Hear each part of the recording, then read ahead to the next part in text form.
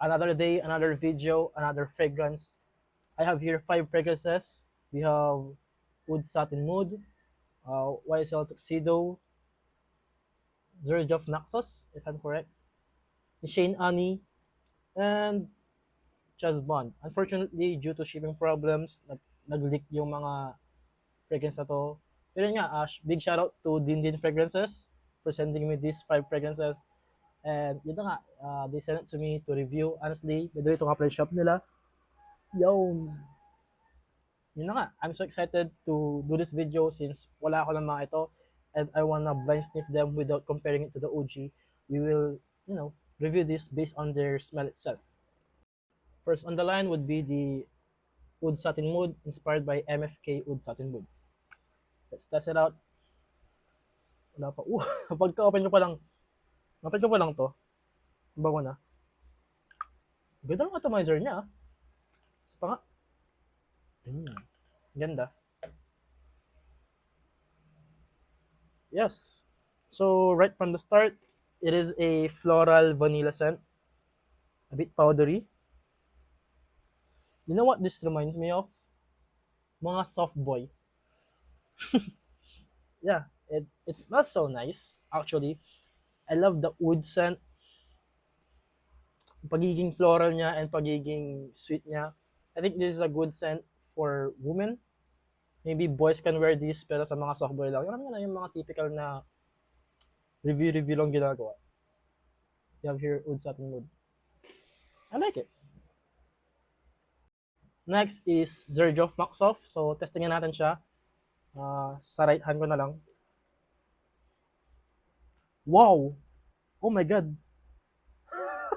Ang lakas talaga ng atomizer niya, Dek. Ano yun? Ha? Ano yun? Itong, Surge of Naxos. Namay mo dyan? Oo. Nasa projection niya. So yeah, we have here Surge of Naxos. I don't know, man. It's so sweet, yet citrusy. I can smell some lemon. Hindi ko alam kung lemon ba yun. It's either lemon or bergamot with a hint of honey. May gusto kong gawin eh. Punas natin siya. Dali. Amoy pastry siya. Amoy pastry? Hindi naman siya pastry ah. Hindi pa pastry. It's more of a honey, no? So yeah, it's a citrusy honey type of scent. I like it. Oh my God.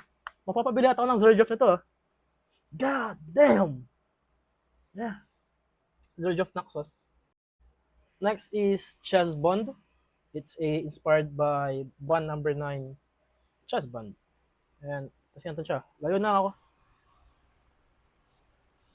Lakas ng atomizer niya eh. Ang lakas mag-spray. Wow. Okay. I think this is my least favorite. It's a very woody. Yeah, siyang woody.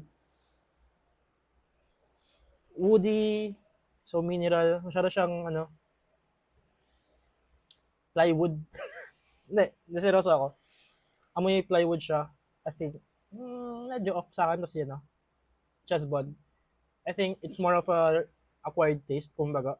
Yun nga, Chaz Bond, I don't like it. Next is ni Shane Annie.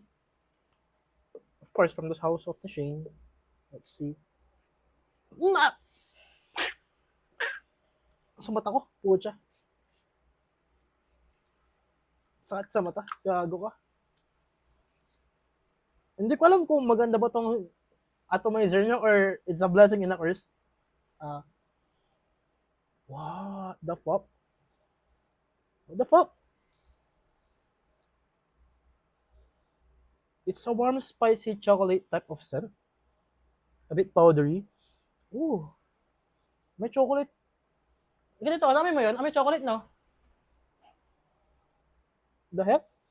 Amoy, siya? Nasa siyang Cadbury. Cadbury na ginawang pabango. Yeah, I love it. I think it's a gourmand. Not sure. Pero, this might be my favorite out of those 4. This is the Shane Annie. It's so chocolatey yet powdery. Ang fresh din niya, since meron siyang parang ginger and lemon note. Ah, ang bango gago. Shit! Last but not the least, I guess, is Tuxedo. Ito yung pinaka na-damage, you know? Look at that. Yikes. Kasi na nga, wala na akong space, so dito na lang.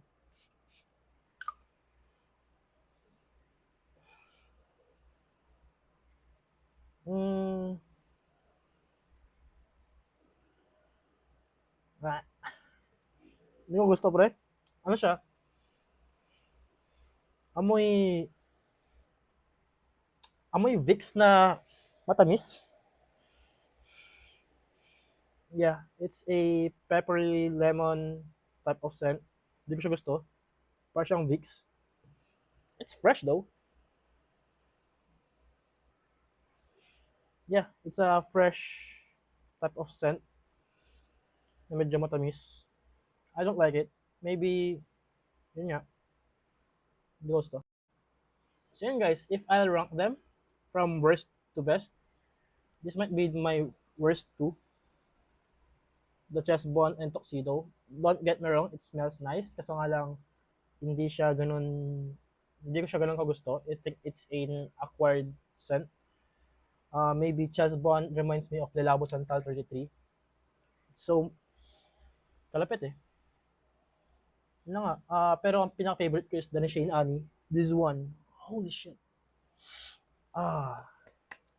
So, ito mamaya. The Shane Annie. Yes, I love it. It smells so chocolatey. Anyways, to end the review, all I can say that the Indian fragrances really did a good job on making these fragrances, especially the atomizer, the bottle, ang lakas niya spray. It projects now, it projects, yes. My girlfriend said it projects. And by the way, yung room namin is medyo malawak, so considering na naamoy niya doon, from here is a good thing. Yeah, it's a very rare to see a inspired fragrance that projects, and the atomizer is super good. So yun lang, this is my review sa Indian fragrances. Yun lang. Peace.